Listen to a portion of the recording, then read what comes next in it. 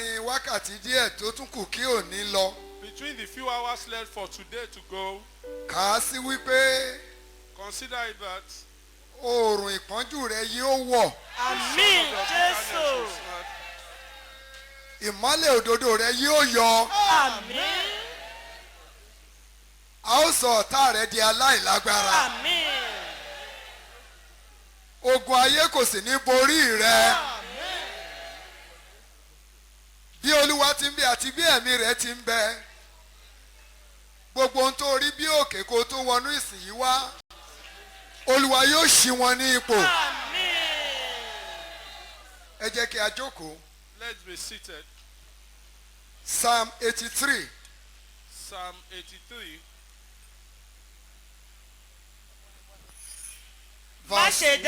Yes.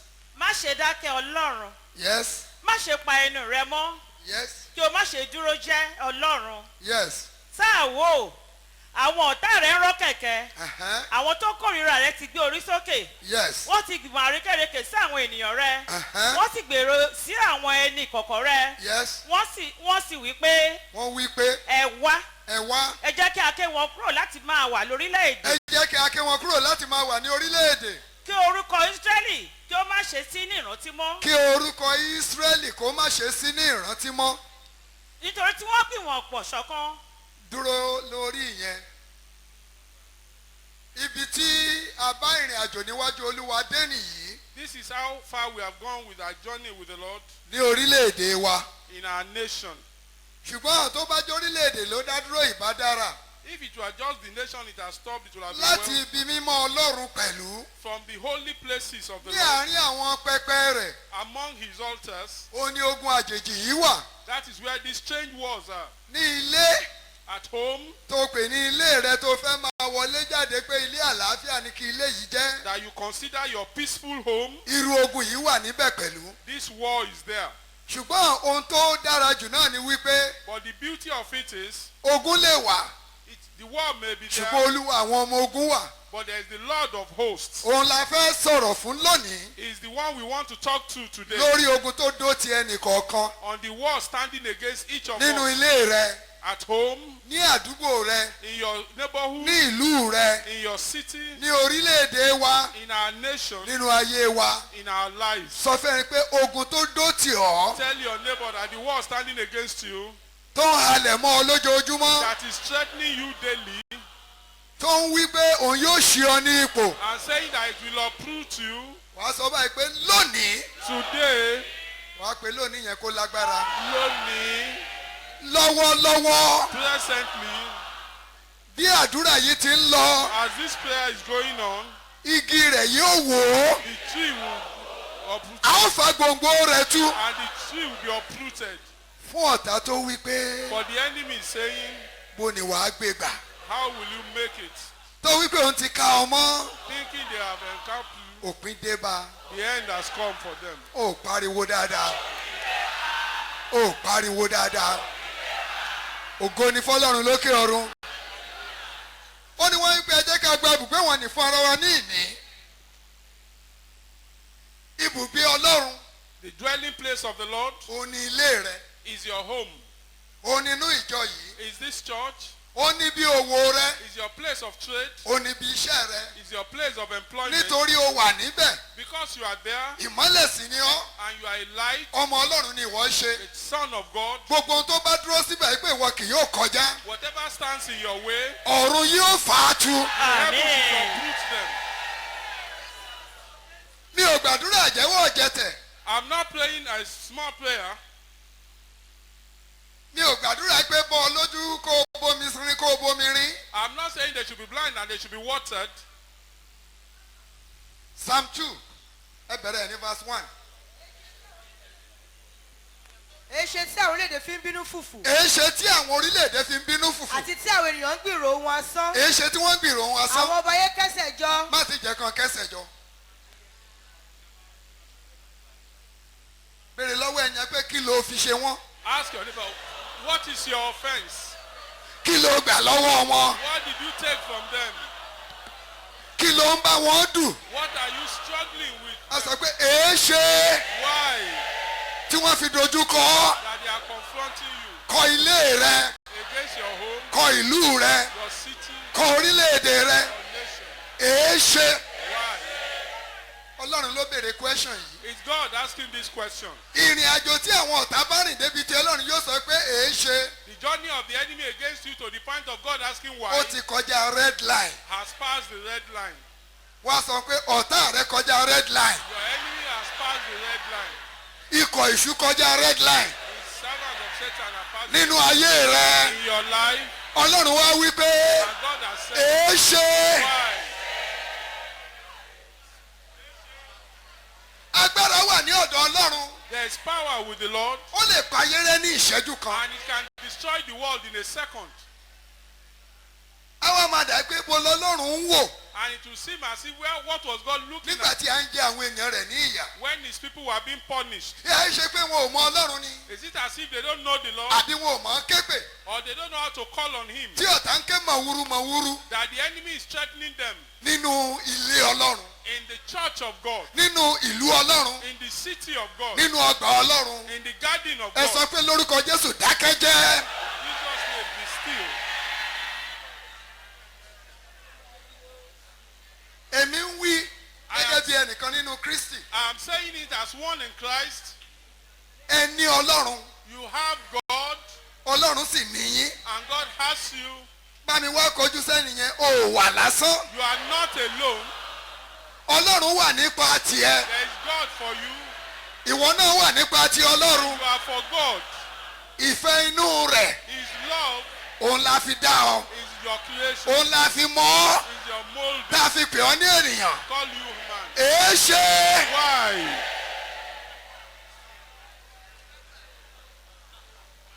Ẹ jọ̀ọ́, Please, ẹni tó bá wá síbí lónìí tí kò ronú pìwàdà tó ń gbó igun tí ọmọ ẹnì kejì. if you have come here, Ọ̀run yóò dá lẹ́jọ́. Àmì Jésù. Ẹni tó ń bẹ́ mi wẹ̀ àdúrà if you are wearing a fair tó garment ń ro ibi and you are thinking evil, bí Olúwa ti ń bẹ àti bí ẹ̀mí rẹ̀ ti ń bẹ. Ọ̀run yóò fa aṣọ rẹ̀ ya. Àmì ní orúkọ náà ti Jésù. Tẹ̀síwájú díẹ̀ mà. Àwọn ọba ayé kẹsẹ̀ jọ Àwọn ọba ayé kẹsẹ̀ jọ. àti àwọn ìjòyè ń gbìmọ̀ pọ̀ sí Olúwa. Nítorí nígbà tẹ́ bá wà nínú ara, tẹ́ wà nínú ẹgbẹ́, tẹ́ wà nínú ìmùlẹ̀, because when you are in the flesh and tẹ́ wà nínú awo, or in the cult tẹ́ wà nínú àkànpọ̀ ìwà búburú, or in the congregation of tẹ́ ń ṣe evil, èyí àwọn àjẹ́, and you are mothers to tẹ́ ń witches ṣe bàbá àwọn oṣó. and fathers to witches, Ìríra ni lójú Olúwa. is a dirty thing before the Lord. Ẹni tí Jésù kú fún, You that Christ died for, ẹni tó fẹ̀mí rẹ̀ lélẹ̀ fún, that He laid down His life for, ẹni tó ń wò yí pé eléyìí gbọ́dọ̀ bọ́ sínú ìgbàlà. that this one should go into salvation. Ẹ̀yin jókòó nínú ètò ayé You now sit in the organization of the àti world ìrìn láàrin àwọn ènìyàn ìkà. and walking in among the evil people, Wípé ẹ ó pa á bí òwú fìtílà. that you will destroy him. Ẹni yìí ni Jésù Kristi fi ẹ̀mí rẹ̀ lélẹ̀ fún. This is the person Christ laid down His life for. Gbogbo àwọn tó wọnú ìjọ yìí wá All those that came into this church àti gbogbo ọmọlẹ́yìn Kristi and all followers of Christ, tí ayé ń pa bí ìgbà tí wọ́n ń pa èèrà. that the world is killing like Ọ̀run yóò gbà wọ́n lónìí. Tẹ̀síwájú díẹ̀ sí mà. Àti àwọn ìjòyè ń gbìmọ̀ pọ̀ sí Olúwa àti sí ẹni òró rẹ̀ pé. Dúró bá mi sọ fún kó lè mọ̀ ó lè má mọ̀. Tell your neighbor, you may not know, Sọ pé ẹni òróró Ọlọ́run ni ọ́. the anointed of the Lord. Jọ̀ọ́ jẹ́ kó gbọ́ lẹ́ẹ̀kan sí. The anointed of the Lord. Sọ ní ìgbà The kẹta. anointed of the Lord. Àmì ìyè rẹ̀ wà ní ara rẹ̀. And the sign of life is on you. Àmì ẹ̀jẹ̀ rẹ̀ wà ní ara rẹ̀. And the sign of His blood is on you. Láti wákàtí yìí lọ, From this hour on, ó ń ru àpá Jésù you carry His stripe ní ara rẹ̀. on Ẹnikẹ́ni ẹnikẹ́ni kò gbọ́dọ̀ yọ ọ lẹ́nu mọ́. you. It's not trouble you. Tí wọ́n bá nawọ́ ìka sí ọ, To stretch any way, ọwọ́ náà yóò gbẹ. your hand will wither. Tẹ̀síwájú díẹ̀ sí. Ẹ jẹ́ kí a fa ìdè wọn já. Wọ́n fẹ́ láti fa ìdè wọn já. kí a sì mú okùn wọn kúrò ní ọ̀dọ̀ wa. ká mú òkun wọn kúrò ní ẹni ọ̀dọ̀ tí wa. ó jókòó ní ọ̀run yóò rẹ́rìn-ín. ìyẹn ni pé ibi ilẹ̀ tí ọlọ́run pín fún ọ That is your portion. ibi àyè tí ọlọ́run yà sọ́tọ̀ fún ọ Place separated ibi for tó you. lọ pé máa gbé bíi ní àlàáfíà Where God said you should exist. okùn ni wọ́n fi wọ̀n ọ́ They have measured it by òun la law. fi sọ pé okùn ti ta bọ́ sí ọ̀dọ̀ mi That's why the rope níbi has- dáradára lóòótọ́ èmi ní ogun rere ẹnìkan wá dé pé ẹ jẹ́ ká fa okùn yẹn já And somebody is saying, let's cut the rope. so that ó dàbí iṣẹ́ ìríjú tá a ṣe tá a ń sọ̀rọ̀ nípa beacons It's like the stewardship we're talking about. àwọn beacons yẹn náà fi sọ ibi tí ilẹ̀ wà Those beacons demarcate the land. ẹnìkan wá ní ẹ jẹ́ ká fà wọ́n tu And somebody says, let's so uproot that them. wọn ní mẹ́nu lẹ̀ wọn mọ́. So that they will know their demarcation. máì fún nàkàyà àbátọ̀kú kí sàísà bí ẹnikẹ́ni bá gbìyànjú rẹ̀ If anybody tries, lórí ọmọ ìjọ yìí ọ̀run yóò fà wọ́n tu. àmì jésù. tẹ̀síwájú ẹni tẹ̀síwájú. tí ó jókòó ní ọ̀run yóò rẹ́rìn-ín. ó dúró bẹ́ẹ̀ ta ló dàbí ọlọ́run. who is like God? ohun tó ń bà ọ́ lẹ́rù What is ohun tó ń bà mí lẹ́rù What makes me nígbà afraid? tọ́lọ́run rí When God saw it, ẹ̀rín ló fi sẹ́nu. he was just laughing. kí ló dé tó rẹ́rìn-ín. Why did he laugh?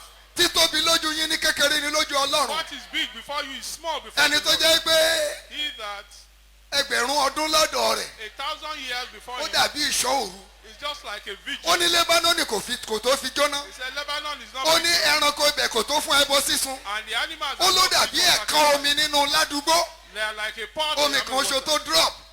òun ló pe gbogbo lébánónì. He calls the whole of látọdún náà tó sọ Lebanon pé wọ́n ń jóná wọ́n sì ń jóná dòní. since then they are still burning. iye ogun tó bá ọ wọlé All the enemies against you. tó pé òun ti lé ọba òun yóò gba agbára ní ọwọ́ rẹ̀. Take it away. ọ̀run yóò gbógun tì í. tẹ̀síwájú mà. olúwa yóò yọ ṣùtì sí wọn.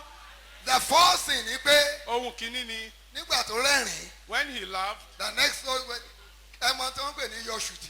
do you know what it means? báwo náà ṣe ń yọ. To shame them. ẹ́ ọ́ á jẹ́ kó mọ̀ yìí pé they are nothing. Kán mọ̀ pé wọn ò já mọ́ nǹkan sọ kan. pé your enemies are nothing. Wọn ò já mọ́ nǹkan kan. Ta ló dàbí ọlọ́run nínú alágbára? ológo nínú ìwà mímọ́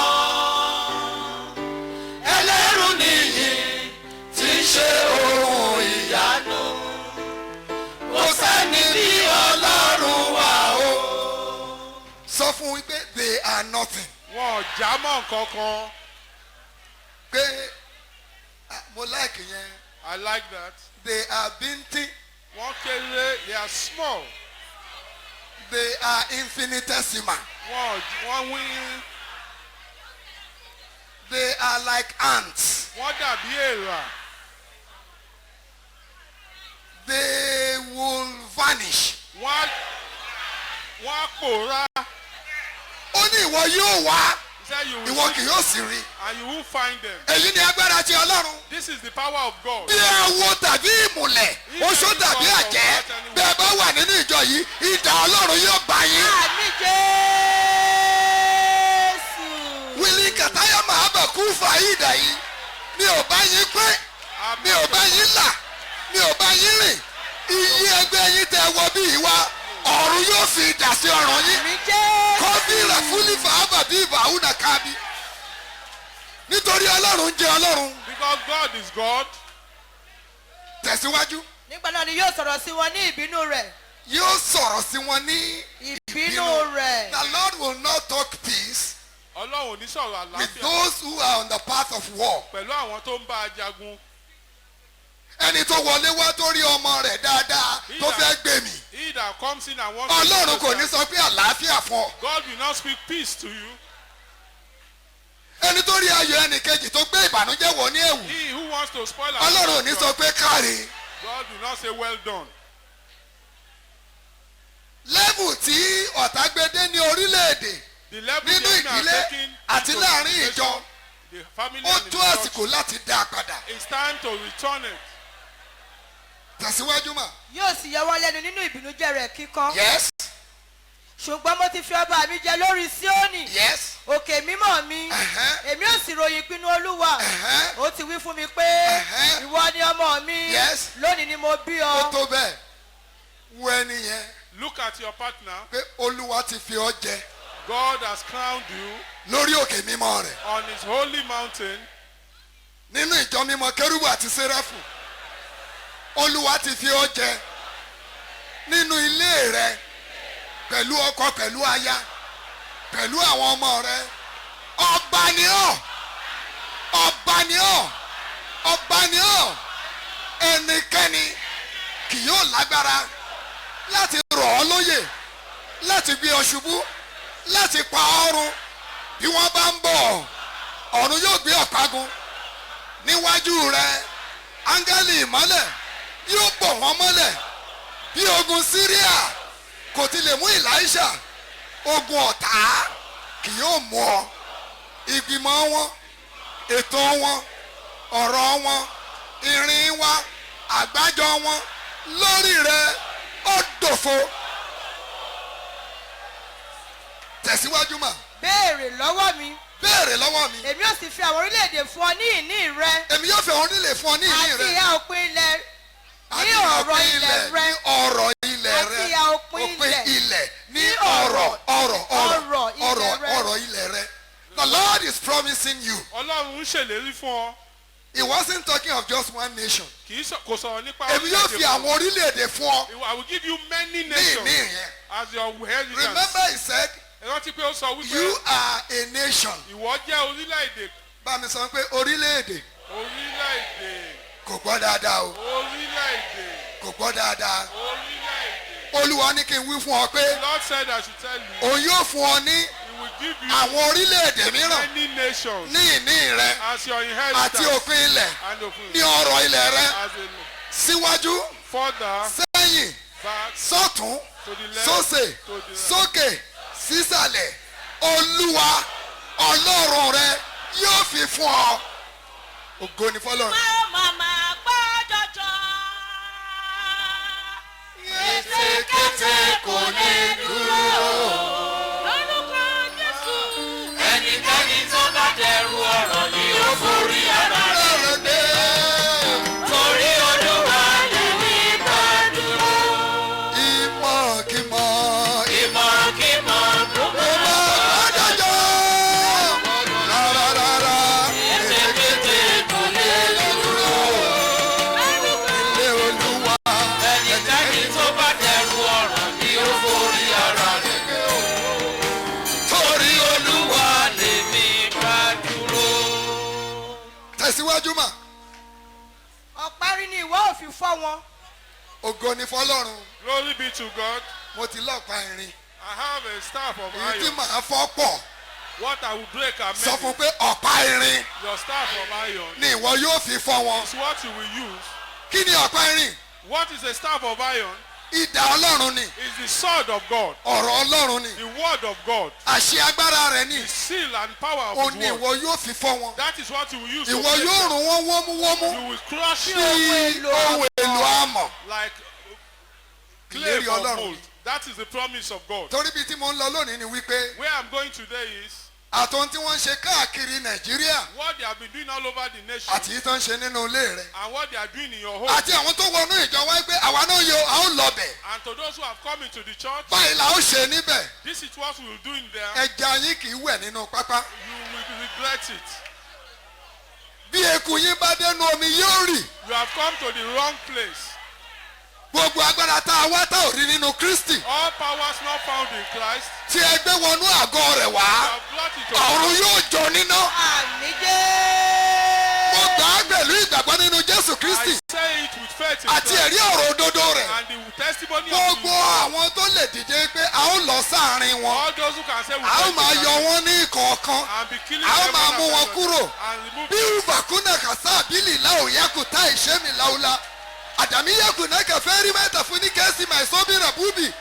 Ràìláyà ìlí làwùnà kàtà yàkúfìkà. Iná ọ̀run yóò jó yín. àmì jẹ́. Jókòó. Ó yẹ. Odòfo. Odòfo. Òdòfo. Odòfo. Odòfo. Ajáò. agbára àjẹ́jò. Agbára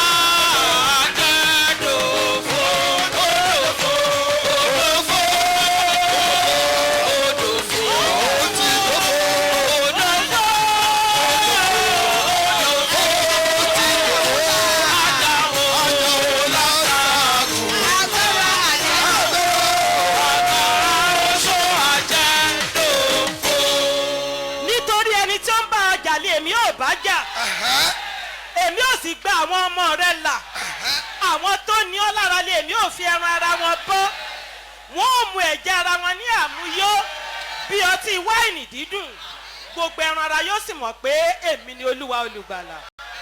ẹ sọ pé olúwa ìwọ ni olúwa alágbára ìwọ ni olúwa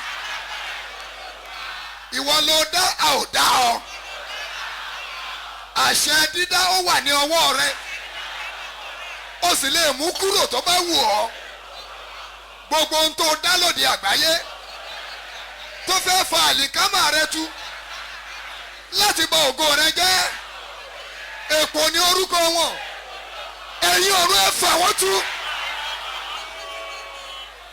ẹ jókòó. Be seated.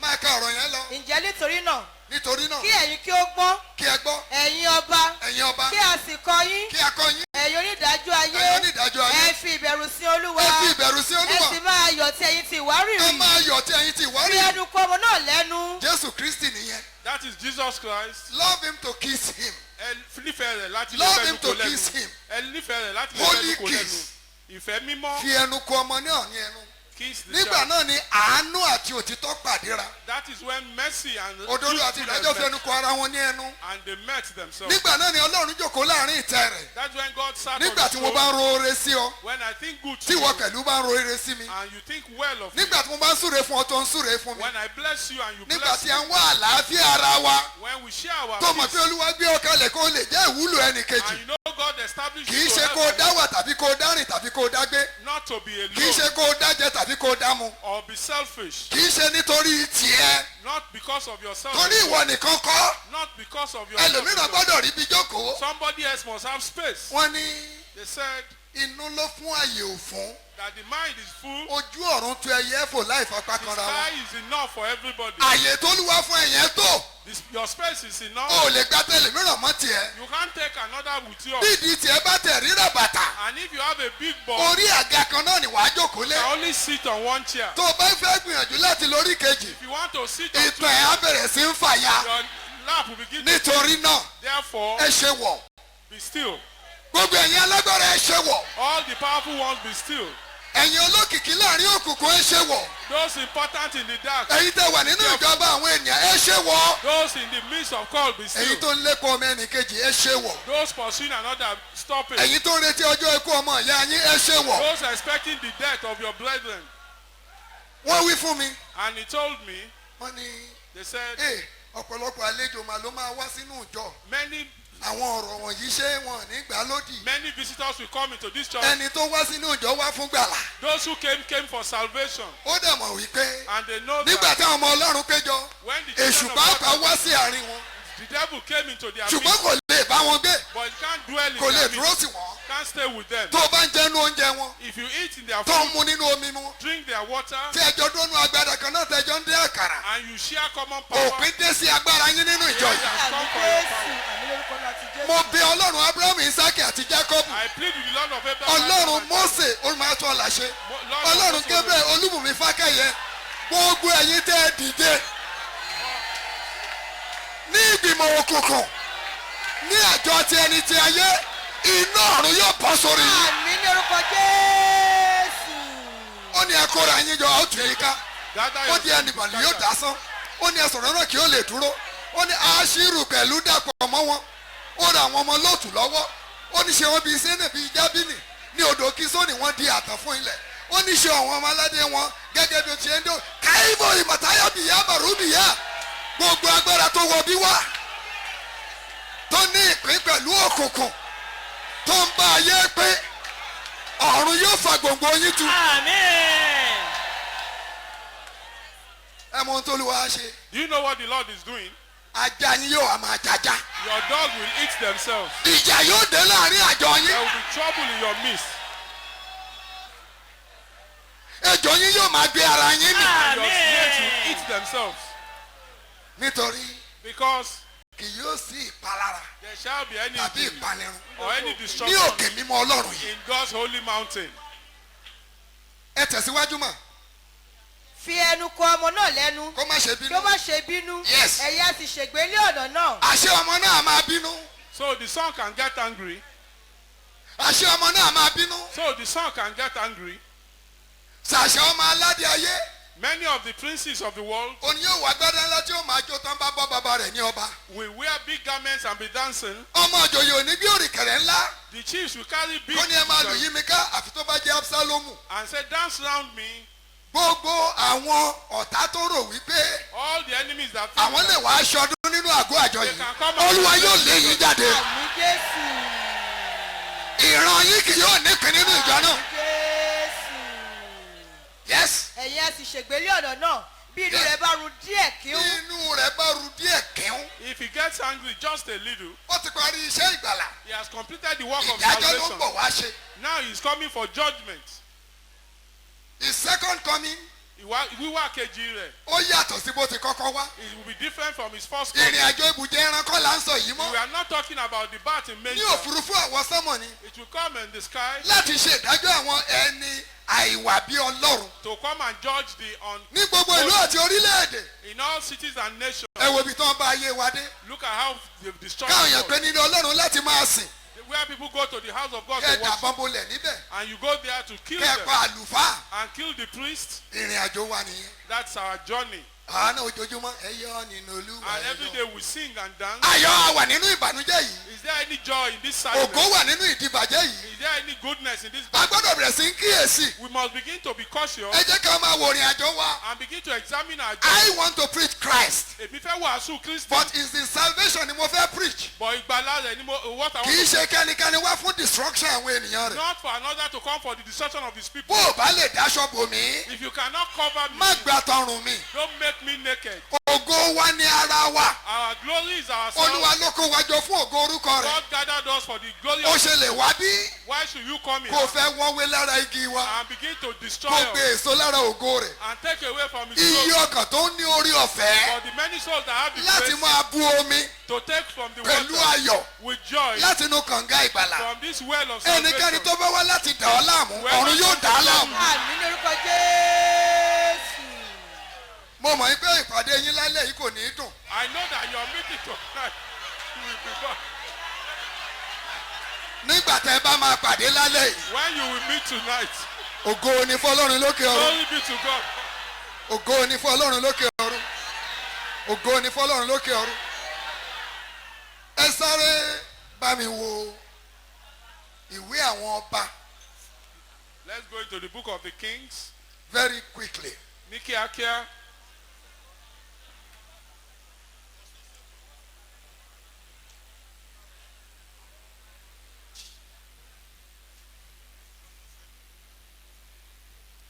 Yes. Chapter 20. First Kings chapter 20. First Kings 20 ẹ bẹ̀rẹ̀ láti ẹsẹ̀ ìkíní. from verse 1. bẹ́hẹ́dẹ́dì ọba síríà sì gba gbogbo ogun rẹ̀ jọ Yes. ọba méjìlélọ́gbọ̀n sì ń bẹ pẹ̀lú rẹ̀ àti ẹṣin àti kẹ̀kẹ́ Yes. ó sì gòkè lọ ó sì dó ti samaria Yes. ó bá a jagun Uh-huh. ó sì rán àwọn oníṣẹ́ sínú ìlú sọ́dọ̀ ahabu Yes. ọba israẹli Yes. ó sì wí fún un pé má ti jẹ́ kó bá sọ̀rọ̀. bó o bá wà níbí lónìí If you are here today, ó ní àwọn ọba ayé kẹsẹ̀ jọ. he said the kings of the world gathered themselves àwọn ìjòyè gbìmọ̀ pọ̀. and the chiefs conspired together. mi ò mọ irú ìpàdé tó ṣe láti January I don't know the kind of meeting you've been holding since di January ọjọ́ òní up till today, 29th of April. 29th of April. àfi tó o bá kúrò nínú rẹ̀ gálá tó o lóò ṣe mọ́. Except if you leave that group, àpá idà tó jáde láti ọ̀run wá lónìí the mark of the sword that came down from heaven today yóò kọjá ní ara rẹ̀. will pass over you. àwọn ọba ayé kẹsẹ̀ jọ. The kings of the world gathered themselves. ní Psalm 83 ó ní wọ́n fẹ́ gba ibùgbé Ọlọ́run fún ara wọn ní He ìní. said they wanted to take away the throne of God for bá themselves. mi sọ fún yẹn pé ilé rẹ kì í ṣe ti ọ̀tá. Your residence, your dwelling is not ilẹ̀ for rẹ that kì í of ṣe ti ọ̀tá. them. Your land is not for the enemy. ìlú rẹ kì í ṣe ti ọ̀tá. Your city is not for the enemy. orílẹ̀-èdè rẹ kì í ṣe ti ọ̀tá. Your nation is not for the wá enemy. sọ fún pé mo fẹ́ kó o mọ̀ dájú. I want you to know for sure. gbogbo ohun tó lọ wá pè ní ìní rẹ. All that God calls your own, bí ọ̀tá bá ṣe fírí if níbẹ̀ the enemy tries it, idà yóò jẹ́. it will be sword. They will ọwọ́ Ọlọ́run yóò wá sí ara rẹ̀. ògo ni fọlọ́run lókè ọ̀run. Glory be to God. ọ̀rọ̀ tẹ́ ń sọ yé òsọ ṣeré. These words are ọ̀rọ̀ not agbára ọlọ́run ni. they are the words of the power of God. èmi ti bẹ̀bẹ̀ pẹ̀lú Kristi ní òru. I have pleaded with God kí n overnight tó wá ní ojú ọ̀sán. before coming now láti gbé ọ̀rọ̀ yìí kalẹ̀. to establish this mo word. dẹ̀ mọ̀ pé And I know that ọlọ́run kò lè ṣe aláìbọ́. God will not but hear torí ó tó gẹ́. because it's time. ó tó gẹ́. It's time. ó tó gẹ́. It's enough. gbogbo ẹ̀yin tẹ́ wọ bí wá láti ṣe bí. All those who have come here to do ibi kì it, yóò ti ilé yín kúrò. Amen. yes. fàdákà rẹ Uh-huh. àti wúrà rẹ ti èmi ni Uh-huh. àwọn aya rẹ pẹ̀lú àti àwọn ọmọ ẹ jọ̀ọ́ mo fẹ́ fara balẹ̀ kó kà á. please read bẹ̀rẹ̀ it. láti verse 2 yẹn. Fàdákà rẹ. ó sì rán àwọn oníṣẹ́ sí. Ben-Hadadi òun là ń sọ̀rọ̀ rẹ̀. Ó sì rán àwọn oníṣẹ́ sínú mo ń ìlú. bọ̀ ẹ fetí sí mi go with me and let us work together. mo fẹ́ kí gbogbo ìjọ mi èyí. I want the entire church to know this. àìbímọ kí ibi má bá wá. We don't have to give birth to a child without kò sẹ́ni tí kò ní in ọ̀tá. our center. There is nobody without an enemy, ṣùgbọ́n levels wọn ló yàtọ̀. but the levels are different. nígbà tí ọ̀tá bá fẹ́ di choker When the enemy wants to choke you, o gbọ́dọ̀ já kúrò lọ́rùn. you must remove it torí níbẹ̀ ló ti ń mí. because that is where you breathe from. ìjọ yìí sì ní láti já. And this church must free a itself. ó já. We must remove ọ̀run it, yóò sì bá wa já. and you will help us to do it. Ben-Hadadi Ben-Hadad, ọba Syria ni. the king of Syria, ó ní àwọn ọba méjìlélọ́gbọ̀n he had 32 kings tí wọ́n pawọ́pọ̀ wípé that conspired. a ó lọ rọlù Israeli. We will go and bí èyí náà ti kó ara yín jọ. just as they two gathered, women a the women A ẹ tún pèrè yín ní DNA we now call them, àti OMG àbí nǹkan kan nínú test mìíràn tẹ send. in the text you sent to me. mo ń sọ eléyìí I'm saying this. wípé a mọ̀ wípé ẹ̀ka àwọn tó kù lórílẹ̀‐èdè ni yín. We know you are a branch of the nation, ẹ̀dẹ̀ wọnú bí yìí wá. and you have come into this place. if you have come to this place Ṣé ẹ bá wá síbí? you have come to your Waterloo. Ẹ ti wá síbi ìkẹyìn Amen. ìparun yín. bí ọlọ́run ti ń bí àti bí ẹ̀mí rẹ̀ ti bẹ tí mo ń ké pè As the Lord tí mo leaded gbàgbọ́ us, tí mo sì mọ̀ that I believe ìdájọ́ and yóò worship. sọ̀kalẹ̀ sórí yín. Amen. ọba méjìlélọ́gbọ̀n 32 kings, ọba méjìlélọ́gbọ̀n 32 lórí kings orílẹ̀-èdè kan ṣoṣo. on one nation. ó sì rán àwọn oníṣẹ́ sínú ìlú sọ́dọ̀ Áhábù ọba Ísírẹ́lì. ó sì wí fún un pé yes báyìí ni Ben-Hadadi wí àwọn ìránṣẹ́ rẹ̀ ló lọ jíṣẹ́ fún ọba Ísírẹ́lì. báyìí ni Ben-Hadadi wí bíi pé òun lọ lọ́run. As if he was bíi God. pé òun lọ lọ́run. As if he is God. bíi pé òun lọ lọ́run. fi hàn mí Show me ẹni tí ikú rẹ̀ kò sí ní ihò imú rẹ̀. whose death is not in his nostril. tẹ̀síwájú. fàdákà rẹ àti wúrà rẹ Uh-huh. ti èmi ni Yes. àwọn aya rẹ pẹ̀lú àti àwọn ọmọ rẹ Yes. àní àwọn tí ó dára jùlọ tèmi ni wọ́n ọba Ísírẹ́lì sì dáhùn ó má sì ti jẹ́ kó ọba Ísírẹ́lì dáhùn. àṣejù pọ̀ lọ́wọ́ èṣù. The Satan can be excessive. àṣejù pọ̀ lọ́wọ́ àwọn ọmọ ogun rẹ̀. Excessive can be excessive. tí ẹ lè wo àgọ́ Ọlọ́run wá. That you can come into his pé ẹ temple, ó sọ dahoro. that you will make it desolate. àwọn aya rẹ̀ His wives, àwọn ọmọ rẹ̀ his children, àwọn ìdílé rẹ̀. his family members. mo sọ bí àgbà bá wà níbẹ̀ idà yóò kọjá lórí rẹ̀. If there are elders in the midst, Jésù. bí ọmọ kékeré bá wà níbẹ̀ idà yóò kọjá lórí rẹ̀. ó lè jẹ́ ọkùnrin ó lè jẹ́ obìnrin. it may be man or woman. níwọ̀n ìgbà tó o ti ro ibi So long as sí you ìjọ live ènìyàn Ọlọ́run idà ọ̀run yóò kọjá lórí rẹ̀. agbára kan wà tó ju agbára lọ. there is a power greater than power. tí ẹ̀rí òdodo Jésù Kristi ni mo ń sọ̀rọ̀ nípa I'm rẹ̀. talking about the testimony of the goodness of God. bàbá níyì Adéyẹmí nígbà tó wà láyé. Baba Niyi of our brother Adeyemi when he was nígbà alive. tí a bá ń ṣe ìsìn sátidé When we do Saturday service ní ìlú Ìlọrin in Ilorin, tí wọ́n ṣe idà Olúwa. he will raise the sword of God. bàbá Lájọrin wà láyé ńgbà. Our father Lajore was alive then too. a ní nígbà tí wọ́n lọ nú àjọ wọn mi ò bá wọn lọ. So when they were going into their meetings, I wasn't part of them. òun ló ní láńgbèjì kí orí wọn kó kọ ọ̀run That is he kí has ẹsẹ̀ wọn kó kọ ilẹ̀ kí agbede méjì wọn kó kọ òfurufú kí áńgẹ́lì Olúwa kó máa lé wọn. that their heads should touch the sky and we are getting to that point. Àǹtí lọ dé ipò yẹn sì. gbogbo agbára tó wọ bí wá láti sọ bí dahoro All ọ̀run yóò sọ ilé rẹ dahoro. ohun tó jẹ́ ohun àyò rẹ What you cherish tó fẹ́ máa yọ̀lé lórí that you want to láti rejoice bẹ on. ẹlòmíràn nínú jẹ́ a ó gbà á ní ọwọ́ rẹ. báyìí kì í dà yín náà màtàyà náà kẹfì rúfẹ́ bàrúmà láyà mẹ́lí làwọn náà kẹjẹ́ ẹ̀sẹ̀kìdá.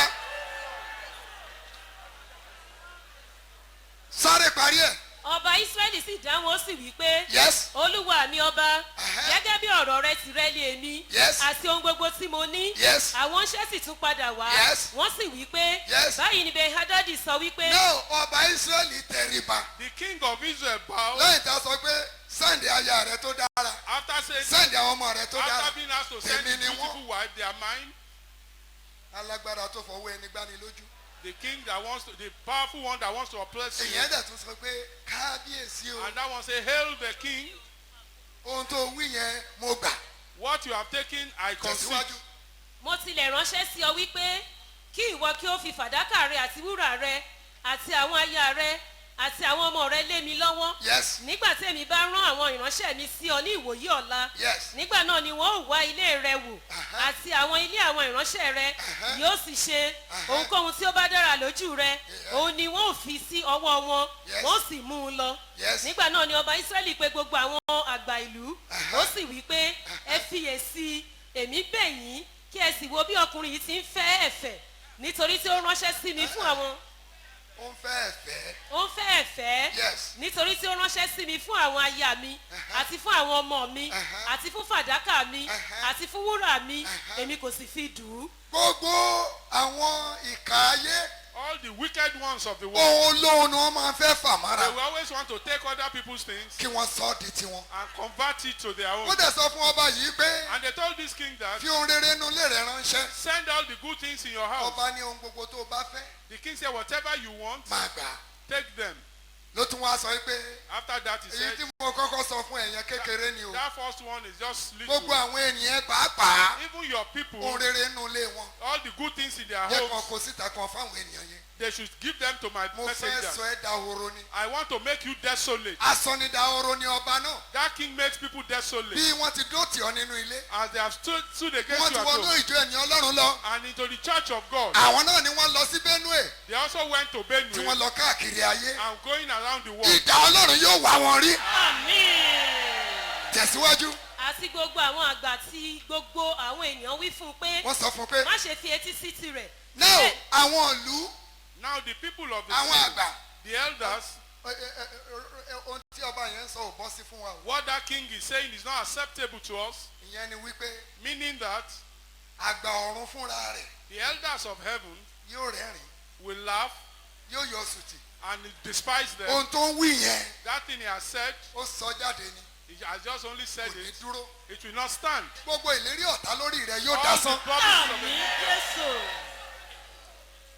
ó gbàgbọ́ o whether you believe ó gbàgbọ́ o or you don't believe, nínú ìsìn tí mo ń ṣe yìí in this service, ọ̀pọ̀lọpọ̀ yín ẹ̀ délé many of you will get home yóò yà yín lẹ́nu wípé and you'll be surprised that òkè tó wà níwájú rẹ̀ kó o tó wá sí the sáfìsì mountain before you came to this pé service ó ti di pẹ̀tẹ́lẹ̀ is gone. ó ní bí ọ̀sán bá fẹ́ dòrí mọ́ yín lójú tí òkùnkùn rẹ̀ ń dẹ́rù bà yín ẹ má jẹ́ kí ọkàn yín dàrú gbẹ́kẹ̀lé títí ewu yóò lórúkọ Jésù ewu yóò tàn lónìí àmín. ó ń dọjọ́ kan It comes to a day tá a sọ pé má fi oko bàbá mi ṣojú ọ̀nà that you have to make a demarcation we are there at Idebe. it is a church of Christ Ìjọ Ọlọ́run ni and the Christians in this nation àwọn onígbàgbọ́ ní are orílẹ̀-èdè now yìí getting to a point àti ń débi tó jẹ́ that pé they can no longer be quiet jẹ́ pé a ò lè dákẹ́ mọ́. they are getting into liquidation Wọ́n ti ń pa wọ́n jù. towards extinction Wọ́n ti fẹ́ pa Kìrìsìtẹ́nì run. nítorí pé ọ̀tá fẹ́ gba ilẹ̀ wọn ní ìní The enemies want to take their gbogbo ẹ̀sìn àjèjì tó wọ Nàìjíríà wá ọ̀run yóò lé wọn jáde àmín.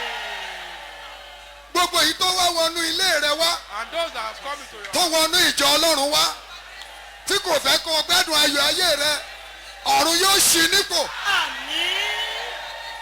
mi ò gbàdúrà yẹpẹrẹ This is not ó an ń gbà á ordinary way. tọkàntọkàn láti inú ẹ̀mí mi wá Wholeheartedly. gbogbo ẹni tó yí wa ká tó ní ká má ṣe rere All those who surround you that you not do well, òjìji rẹ̀ yóò di ọ̀tá rẹ̀. àmì jésù nítorí tí wọn kò rántí láti ṣàánú Yes, ṣùgbọ́n wọ́n ń ṣe inúnibíni sí ọkùnrin tálákà àti olùpọ́jú ni yes. kí ó lè pa oníròbínú jẹ́ ọkàn bí ó ti fẹ́ ègún Bó ti fẹ́ ègún. bẹ́ẹ̀ ni kí ó dé sí i Yes. bí inú rẹ̀ kò ti dùn sí ire Bẹ́ẹ̀ ni kí kí ire ire kó jìnnà jìnnà sí sí. Yes. bí ó ti fi ègún wọ ara rẹ̀ ní aṣọ mi Yes. bí ẹ̀wù bẹ́ẹ̀ ni kí ó wá sí bẹ́ẹ̀ ni kí ègún wá sí inú rẹ̀ bí omi Yes. àti bí òróòrò sínú egungun rẹ̀. Àti bí òróòro bí òróòro bá fọ́ sínú ẹran ara gbogbo ara di kíkorò bí olúwa ti ń bẹ àti bí ẹ̀mí rẹ̀ ti ń bẹ ẹ ó yọ ayọ̀ ìṣẹ́gun. àmì jésù.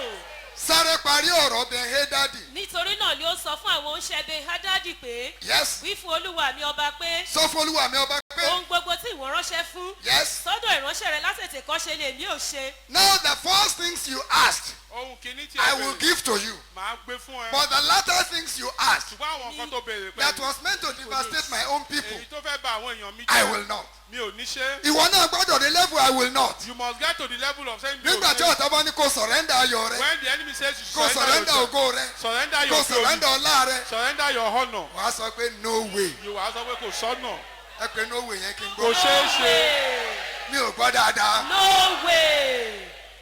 Nígbà tó dẹ̀ ti sọ pé no way, Having said no way, ẹni tó fẹ́ lànà láti dọ́dọ̀ ẹ the person that wants to make a way to get to you yóò kọsẹ̀ yóò sì ṣubú. will stumble and fall. Yes. àwọn oníṣẹ́ náà padà lọ Ẹ̀hẹ́. wọ́n sì tún mú èsì fún un wá Ẹ̀hẹ́. Ben-Hadadi sì ránṣẹ́ sí i ó sì wí pé kí àwọn òrìṣà kí ó ṣe bẹ́ẹ̀ sí mi àti jù bẹ́ẹ̀ lọ pẹ̀lú bí ekuru Samaria yóò tó fún ìkúnwọ́ fún gbogbo ènìyàn tí ń tẹ̀lé mi. Yes. Ọba Ísírẹ́lì sì dáhùn ó sì wí pé wí fún un pé má jẹ́ kí ẹni tí ń hámọ́ra kí ó halẹ̀ bí ẹni tí ń bọ́ ọ sílẹ̀. Yes, dúró bẹ́ẹ̀. Sọ fẹ́ nìyẹn pé ǹjẹ́ o gbọ́rọ̀ yẹn. Ask your partner, did you hear Wípé that? má jẹ́ kí ẹni tí ń há mọ́ra Don't let the one putting on any armor kí ó halẹ̀ check him bí ẹni tó ń bọ́ sílẹ̀. as if God has Ó tí ì dógún. You have not gotten to the war. Ó ń ṣe bíi pé ìwọ ló ti jagun ṣẹ́gun. You are already talking like the one that is Ẹni victorious. tó ti jagun tó bọ́lé òun ló ń bẹ́ wù ú It lẹ̀. is the one that is victorious that Mo ní màá ṣe tàkọ́kọ́. I said I will do the first Ohun one. ìní mi ni wọ́n. They are my belongings. Ṣùgbọ́n èyí tó fẹ́ gbà lọ́wọ́ àwọn ènìyàn mi But yìí, the one you want to take from my people, a ò ní lè ṣe é. we won't be able to do it. Ó wá ní You now said ekuru tó wà ní Samaria. you are now threatening Kò that the tiẹ̀ ní dust tó of fún Samaria anything nígbà tí mo bá tú dà sílẹ̀. will not be Ẹ mọ̀ worth. wípé ọba kan ń bọ̀. You will know that the king is coming. Ọba Ísírẹ́lì wá dáhùn wípé The king of Israel. má now ṣe jẹ́ replied, kẹ́ni tó ń há mọ́ra don't let the one that is putting kó on halẹ̀ bí threaten ẹni tó ń bọ̀ ọ́ sílẹ̀. like the Ẹni one, tí ò tí ì dójú ogun the one that hasn't gotten to the war front kò lè halẹ̀ bí ẹni tó jẹ́ kó togun dé. cannot threaten like the one that is back from Togun the dé ló war. ń sọ pé mo ṣẹ́gun. Is the one from the war Mo ń that lọ is sógun kò victorious. mọ bí yóò ṣe rí. The one going to the war cannot Gbogbo tell ọ̀tá how tó to go. ṣígun sí wa. Olúwa yóò gbàṣọ lọ́rùn wọn. àmín. Ẹ dìde Rise up. kọjú sí ẹni yẹn. Face your praying partner. Sọ pé bàbá rẹ ni Ọlọ́run rẹ. Your father is your God. Olúwa àwọn ọmọ ogun ni orúkọ rẹ̀. And his Lord of hosts is his name. Ẹlẹ́dàá ayé àti ọ̀run. The creator of heaven and earth. Ó nìkan ló ní àṣẹ. He's the only one that has authority. A sì máa pàṣẹ And he decrees fún àwọn aláṣẹ. for his people. Àwọn ọba ayé The kings of the world wọ́n á máa tẹríba fún ara wọn. bow to themselves. Ọba fún ọba. King to king. Ìjòyè fún ìjòyè. Chief to chiefs. Ṣùgbọ́n ẹnìkan wà But there is somebody tó ń gba ìdọ̀bálẹ̀. that receives the Gbogbo prostration ọba. of all kings, Gbogbo agbára. of all powers, Gbogbo adé. of all Gbogbo crowns, ìjòyè. of all chiefs. Ẹnìkan wà There is somebody tó lágbára lórí wọn. that is powerful A over pè them. ní El Shaddai. We call him El A Shaddai. pè ní El Shaddai. A pè ní Jehovah Sabaoth. A pè ní Jehovah Sabaoth. A pè ní Jehovah Sabaoth. Olúwa Ọlọ́run àwọn ọmọ ogun. Aláṣẹ láyé àti lọ́run. Gbogbo ogun tó bá dìde sí ọ. Nínú ọkàn. Nínú ara. Nínú ẹ̀mí. Bí ògiri àlàpàní. Lónìí. Ogun ọ̀run yóò wo. Ogun ọ̀run yóò wo. Ogun ọ̀run yóò wo. Gbogbo ìhàlẹ̀ tó ti ṣe nínú ayé rẹ, ọ̀rọ̀ àsọtán tó sọ ní tìrẹ pé ò ní ṣe rere, èyí tó sọ yí pé ayọ̀ rẹ kò ní tẹ̀ ọ́ lọ́wọ́, ọ̀rọ̀ padà sí ọ̀dọ̀ ẹni tó sọ nítorí ó sọ láì dáa. Ọ̀run sọ báyìí wípé òun fúnra rẹ̀ òun yóò mú ẹ̀jẹ̀ ara rẹ̀, ẹran ara rẹ̀ yóò jẹ́ ní àjẹyó. Nígbà tí wọ́n bá kọjá lọ, òkun yóò gbé mì, yóò di oúnjẹ fún àwọn ẹja ní ìsàlẹ̀ odò. Bí Olúwa ti ń bẹ àti bí ẹ̀mí rẹ̀ ti ń bẹ, gbogbo ẹgbẹ́ òdì, gbogbo ẹgbẹ́ òkùnkùn, gbogbo ẹgbẹ́ ayé, gbogbo ẹgbẹ́ tí kò yin Ọlọ́run lógo tó dìde láti gbógun tì ọ́ lórúkọ Jésù,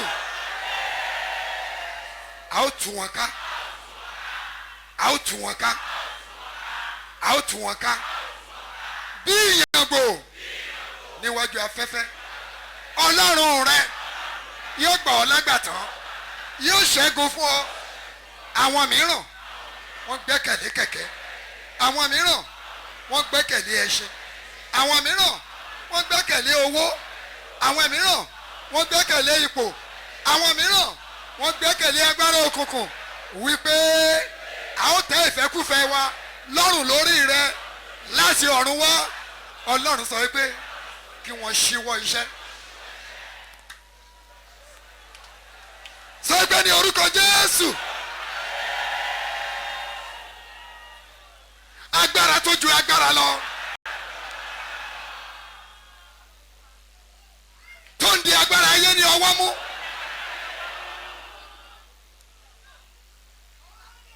iye àwọn tí a ń sọ̀rọ̀ yìí, bí a bá pe orúkọ wọn tí ò lè dáhùn láàrin ènìyàn, tí a bá sọ pé àjẹ́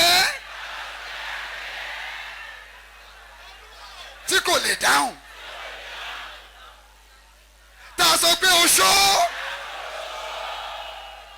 tí kò lè fi ìgboyà sọ pé èmi rèé, tí a sọ pé awo, tí a sọ pé ìmùlẹ̀ tí kò lè jáde pé a wà níbí. Báyìí lẹ̀yà yàkú kíkẹ́ bẹ̀rẹ̀ báyìí, àrà ọ̀run kò sọ pa wọ́n.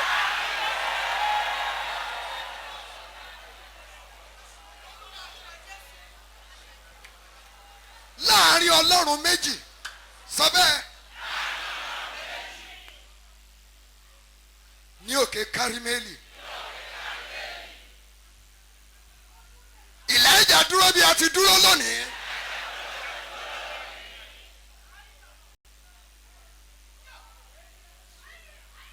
Àwọn àwòrán Báálì náà dúró níbẹ̀. Àti Báálì. Èlíjà sì wí pé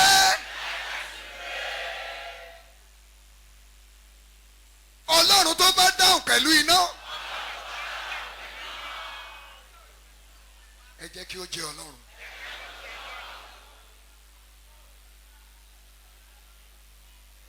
Sọ báyìí pé ọ̀rọ̀ rẹ wí pé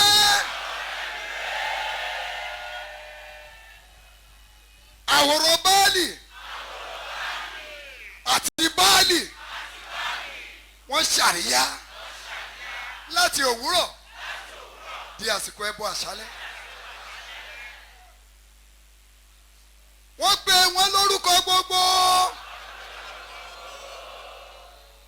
wọn dáhùn nítorí odi ẹ̀mí ni wọ́n.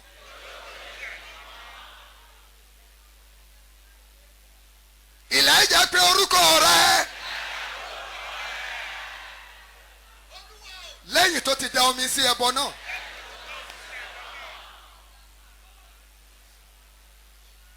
Ọ̀rọ̀ yàtọ̀ sí ọ̀rọ̀.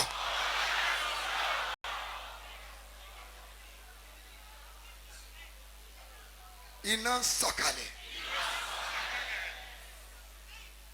sórí ẹbọ lọ́jọ́ náà. Bí ó bá rí bẹ́ẹ̀, tí kìí ṣe àhesọ ìtàn, tí kìí ṣe ọ̀rọ̀ asán. Ǹjẹ́ ní orúkọ Jésù gbogbo agbára òkùnkùn tí oṣó tí àjẹ́, tí àwọn awo àti ìmùlẹ̀, tí ìkà àti ènìyàn ẹ̀jẹ̀, agbowó pani, adigunjalè, apanijayé,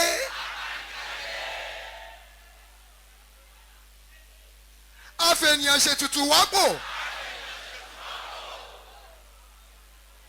ní orúkọ Jésù ní orílẹ̀-èdè Nàìjíríà, nínú ìlú ọmọ rẹ, nínú ilé rẹ, láàrin ìjọ Sùúrùlérè, àrá ọ̀run ẹ sán lù wọ́n.